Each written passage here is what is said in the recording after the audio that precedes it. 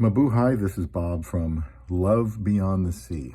Why is there an entire book of the Bible dedicated to romantic love? Have you ever thought about that, a whole book in the Bible? Well, this question and answer comes from gotquestions.org. Some people might believe that the subject matter of the Song of Solomon, as in romantic love, is not a very noble theme. Some try to allegorize the book in order to provide it with a higher or more spiritual purpose, so to speak. But what is low or unspiritual about the love between a husband and a wife?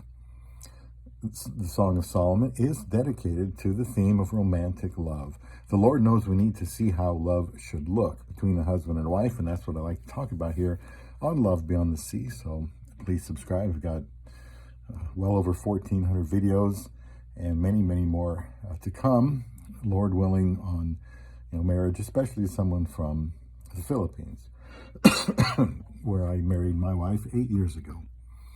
Now, continuing with this topic, of course, Solomon had more than one wife, the person that wrote this book. In fact, the Bible says he had 700 wives of royal birth, plus 300 concubines. You can see that for yourself in 1 Kings 11:3.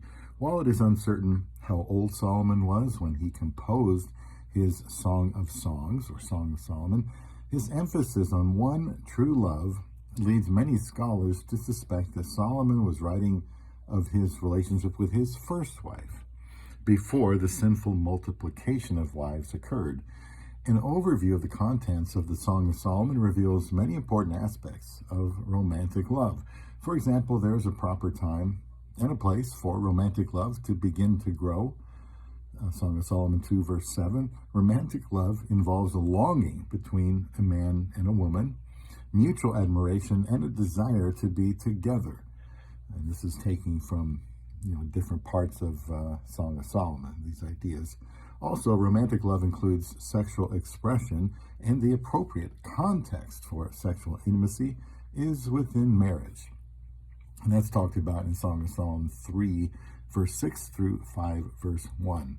After the wedding, couples face many different situations after the wedding, and it is important for them to keep the romantic love alive. Couples will face occasional indifference to each other, or time apart from each other, followed by renewed displays of love, a rekindling of the romance. This is also brought about in Song of Solomon. Also important is communication within marriage. Chapter 7 focuses on improvement in this area, followed by an increase in intimacy, chapter 8. Continuing from gotquestions.org, please leave comments here on this video. Romantic love and intimacy in a God-honoring marriage is an important goal for all couples. God presents love as something to be desired, as in many waters cannot quench love, rivers cannot sweep it away. If one were to give all the wealth of one's house for love, it would be utterly scorned. Song of Solomon 8:7. True love endures. It overcomes adversity. Nothing is worth giving up on, godly love. Love is priceless. And to conclude, in today's society, marriage is often ridiculed or broken or redefined, as I've done many videos about, but the principles found in the Song of Solomon offer a godly perspective on the importance of marriage, romantic love, communication between husband and wife, and the value of a marriage that endures. That's the end of their article. I just want to throw in these extra thoughts here. God in the Bible tells people who need to marry to get married, or else be plagued with sexual temptation. It's better to marry than to burn with passion, unmet passion. Proverbs 5 talks about this when it says to always be ravished or intoxicated with your wife's love, which is love making. So it makes sense to have a book about romantic love. Not only that, but these days people just aren't excited about getting married like they should be. So this is important to me. People are getting older before getting married. They're having less sex than before, and that just leads to a lot of frustration.